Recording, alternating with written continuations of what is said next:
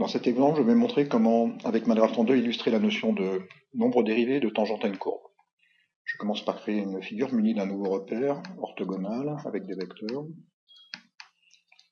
Je donne une couleur bleue, par exemple, au vecteur petit i et à l'affichage LaTeX qui lui est associé. Couleur rose au vecteur petit j. Ensuite, en gras et dans une autre couleur, je vais créer la courbe d'une fonction f définie par f de x égale 1 demi fois x carré moins x moins 2.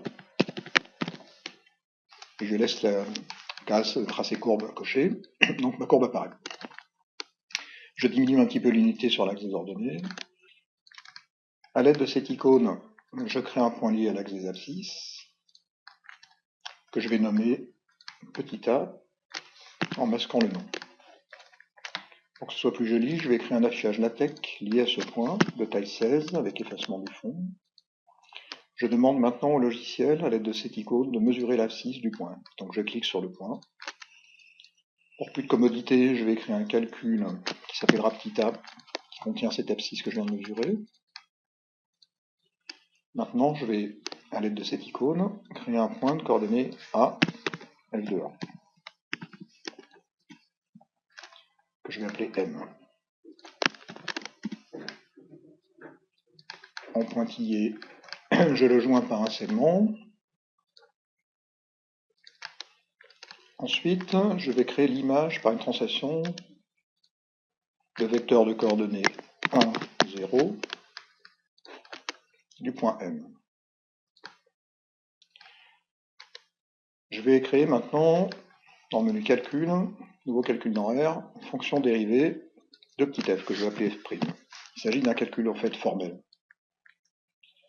Je vais maintenant créer un nouveau calcul, que je vais appeler petit m, qui contiendra f' de petit a. Je réactive mon outil d'image par translation par coordonnées, et je vais demander l'image par un vecteur de coordonnées 0 f' de a, donc m, de ce point. Je vais maintenant créer deux vecteurs. Alors un premier bleu,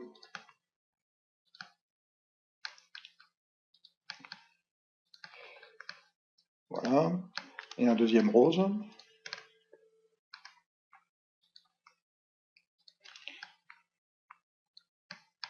Pour que ce soit plus parlant, je vais créer un milieu ici, et un affichage LaTeX qui sera lié à ce point, avec comme code LaTeX anti/vec de petit i, ce qui m'affichera un petit vecteur i, de taille simplement 12, avec effacement du fond, mais en alignant par au-dessus et centré horizontalement. Ensuite, en rose, je crée un autre milieu, et je vais créer encore un affichage LaTeX lié à ce point, avec comme code LaTeX f' de a anti/vec de petit i, de j. Avec effacement du fond, mais ce coup-là, alignement à droite et centré horizontalement. Je le décale un petit peu vers la droite. Maintenant, avec la gomme, je masque mes deux milieux que j'avais créés. Dans une autre couleur, par exemple cette couleur-là, en gras, je vais tracer la tangente.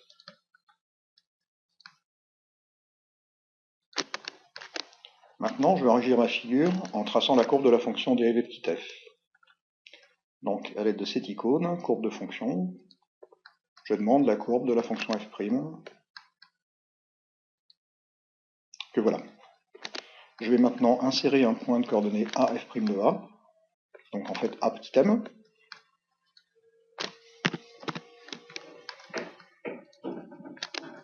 que je vais joindre par un segment pointillé, noir.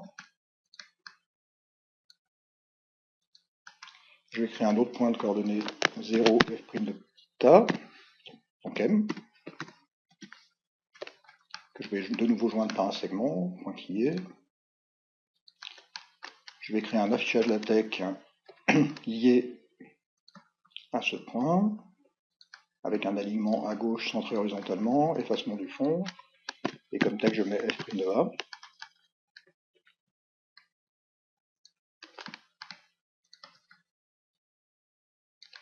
Donc voilà une figure qui est déjà parlante. Et je vais maintenant l'améliorer de façon à pouvoir changer la formule de la fonction. Pour ça, je vais créer un éditeur de formules à l'aide de cette icône, en haut à gauche par exemple. Donc il servira à éditer la formule de la fonction f. Comme en tête, je vais mettre $f de x égale $.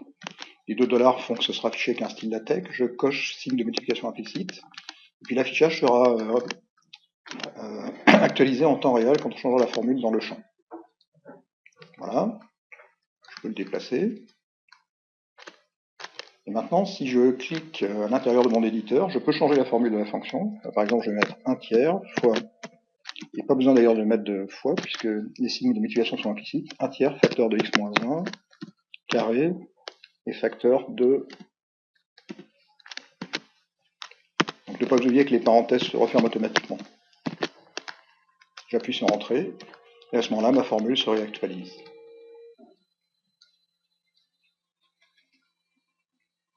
Voilà, fin de cet exemple.